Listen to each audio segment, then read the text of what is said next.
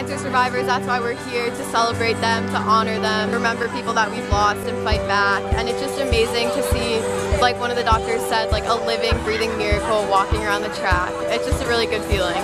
I'm a co-chair, so I'm an event lead, so I organize the whole committee for the event. Since our last relay, we had a meeting the day after and started planning everything. So the theme, getting sponsors, getting tents here, getting a stage here, getting food here, just getting everything here. We just hit over $150,000 this morning. That was our goal. We thought it was a little too high, but we made it, so I'm really excited. We're sort of walking around all night long. There's different events, activities, playing games, doing trivia. My kids are having fun, adults are having fun. It's a great opportunity for the community to get together, and I'm glad to be a part of it. It's really easy to make a team, actually. You just need one person to sign up as team captain, and you could have a team of 30 people, you could have a team of 2 people.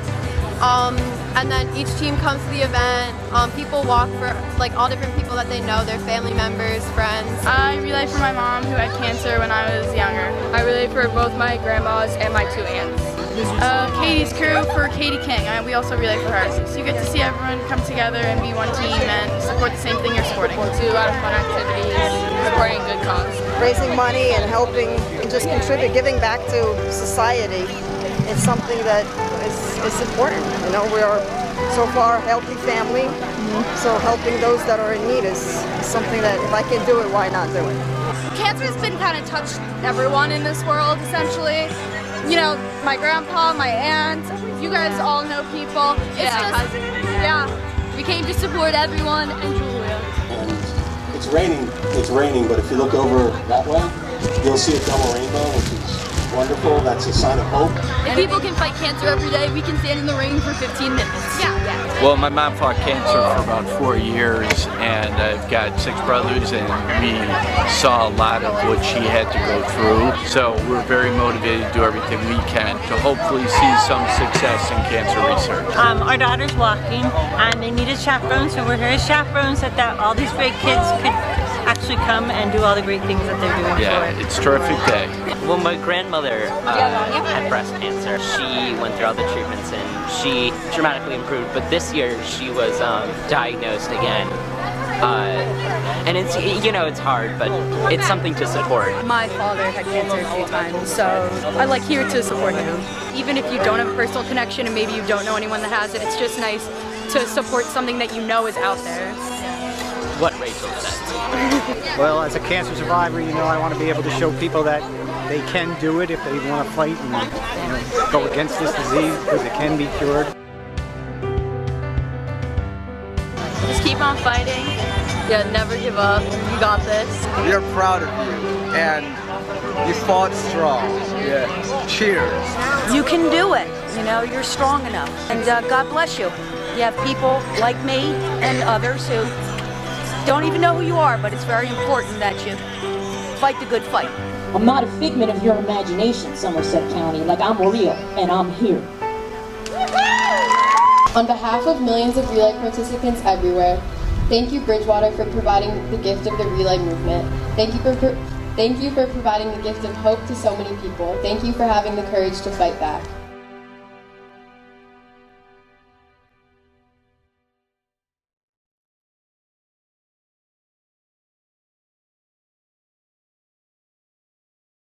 You'll never be good enough.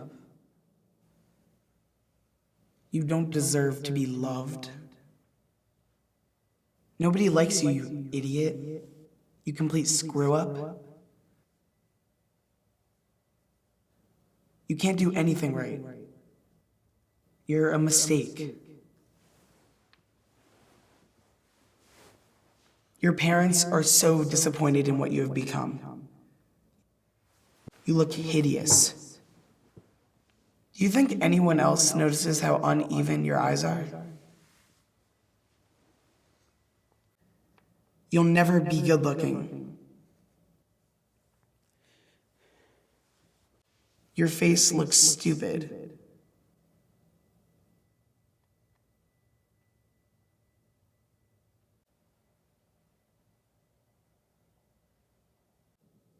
Why do you even bother showing up to school? Everything that you have done in the past week is a disaster. Everyone here is much smarter than you. Everyone thinks you're a bad student. You're never even gonna get into college. You're just wasting your time. You're probably the dumbest person in this whole room. You should just drop out of school right now.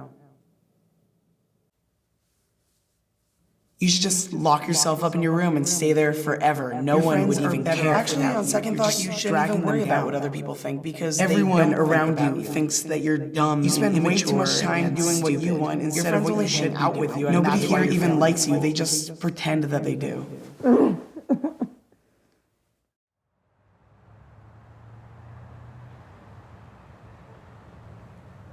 You don't belong here.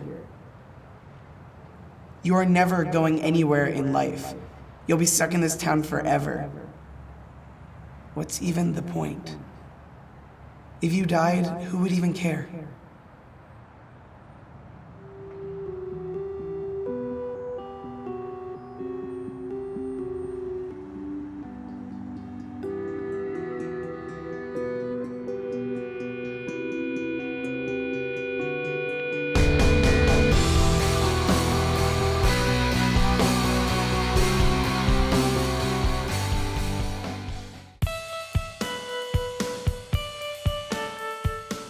My name is Chris Massinio, and I am the owner and director of NJ Film School. I've loved filmmaking since I was a boy. My second favorite thing to being on a set is teaching filmmaking, and that's something that I was doing at night school and at high schools and libraries around the state.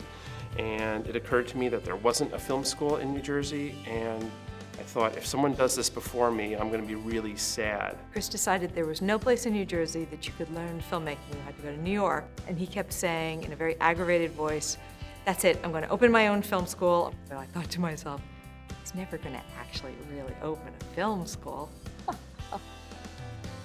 Famous last words. My cousin took a camp here ages ago, and I was like, oh, sounds fun. I'll try it out when I'm of age. And then in 6th grade, I started. I just love storytelling. Like even in school, like my favorite subject's history, mainly because it's storytelling. I'm a 5th grade teacher. I've taken basically every class, and I use it a lot in my profession. I think I came to the school when it's only been open for about 6 months. I was probably in one of the 2nd or 3rd classes that Chris ever had. About 7 years ago, my wife and I built out this location to be exactly what we wanted. A classroom, a lobby, an office, a sound stage, a place that was perfect for small independent production. I like to think that we cover the full life cycle of filmmaking, and in particular independent filmmaking. So we teach people screenwriting, starting with storytelling, and then we go into pre-production and how do you actually get ready for a shoot. They're very hands-on. That's really, I think, the heart of it, is that you use all this professional equipment, but everybody uses it. And he makes sure that almost everything that's done in class, they can duplicate at home. The post-production with editing, doing effects, writing scripts, it's kind of like an all-encompassing like filmmaking, like this is what filmmaking is, and these are all the jobs that go into it. I've basically learned everything here. Like how to work with cameras, how the microphone works, like I didn't know that at all. I'm an actor. I've been an actor for 40 some odd years. Chris has taught me a lot of stuff. The New Jersey Film School was like my start to filmmaking. I mean, I knew how to like shoot things and edit them on my computer, but I knew nothing technical about it, and literally within the first 10-week class that I took, I learned everything there was to know. I also look at film and movies completely differently now. I look at them in terms of editing, in terms of, say, acting or the screenplay. I've always loved movies, but it's really helped me understand what goes into them and how many people are involved and how talented and important each person is. Making films in 2 hours is something that like no one gets to do, and like I didn't realize how 2 hours was such a short amount of time until I left, and I've making films in college and everyone's like, I need a 6-hour production time. I'm like, no you don't, you need like 3 hours, 2 hours. You can make great films in little time. That kind of visual storytelling is incredibly powerful. And we live in an age now which is really cool for independent filmmakers, where you don't have to spend millions of dollars to make your film and tell your story. And so I think cinema, especially in the last 20 years, has become something that everyone can participate in. It's not something that you have to go to Hollywood to do anymore. It's like playing pretend. It's like being a kid again and getting your friends together, and we're going to go out in the woods and we're going to go and do some fun stuff, and that's what filmmaking is to me. It's fun. Humans, we just strive on communication and telling stuff to people, sharing stuff to people, and for me, I don't think there's a better way to do that than film, and so I think that's why people do it. It takes you out of yourself. I think people want to make them because they want people to have that same experience that they've had. So NJ Film School is so special because it creates a community that is so niche and unique that doesn't really exist anywhere else. I feel like it does what a lot of schools don't do, and it gives the students the power. And like, I've never felt like I couldn't do something that I wanted to do here. I've always felt like supported and just inspired to make what I want to make, not make what I have the constraints of. Like, it's like a little family, and you get to come back and see all your friends and family, and it's just, that's what's really special about this place. Sort of the camaraderie you find with people in classes over and over again. It's almost like a pathway to find people for other films, like outside of the school. Chris is an awesome teacher, and so is Darren. Chris has a lot of knowledge, and I love the fact that he loves to share his knowledge. And even when you do something really not good, he never says that's horrible. He always finds the good part of it and tells you how to fix the other parts. Chris Messinio and Darren and Liz are very personable. He gets a lot of different people from all over. The students too are really unique, and I've made friends here. As far as a teacher goes, he is extremely knowledgeable and humble and funny and fun to take classes with. There really isn't anything else like this. You know, the most important ingredient to that is having a teacher like Chris who just really truly cares and really cares about teaching you guys how to make better films. I think for so many people, the film school has really become a home, more than just somewhere to learn classes. It's somewhere to find your people and to be accepted. And for a lot of middle schoolers or high schoolers and even adults, they maybe don't have that place somewhere else. And so to come here and find complete acceptance and a whole group of friends, that's really an amazing experience. I think one of my favorite things about running the film school is seeing all of these people connect with each other. And the fact that I started something as small as NJ Film School, but it has now grown over the years. Sometimes it's as simple as someone thanking me at the end of a class or getting an email from someone years later telling me how NJ Film School helped change their life. There's a connection that we'll have forever, and that keeps me really passionate and excited to do what I do.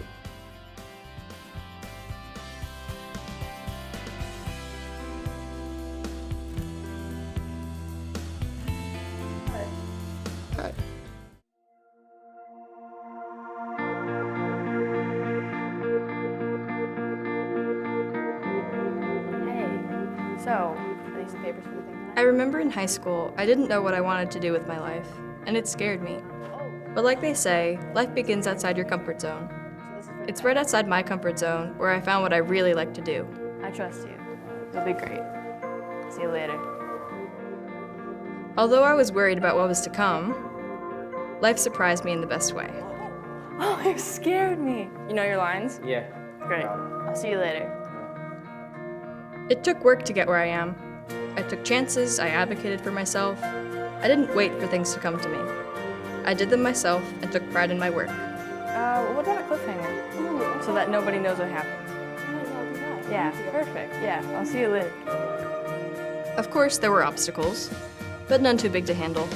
If people seemed untrustworthy, I trusted my gut. That's what my mom always says. Hi, how's it going? Almost set up? Okay. Jason knows his lines? I met great people along the way. Some I consider my closest friends, even family. Collaborating with them is a piece of cake. This is your time to shine. Yeah, you know everything? All right, before you crawl into the cave, first you gotta go like scary, yeah. So in my life now, I keep humble and kind. I appreciate what I have and still work hard. I can't wait for what's next. Action.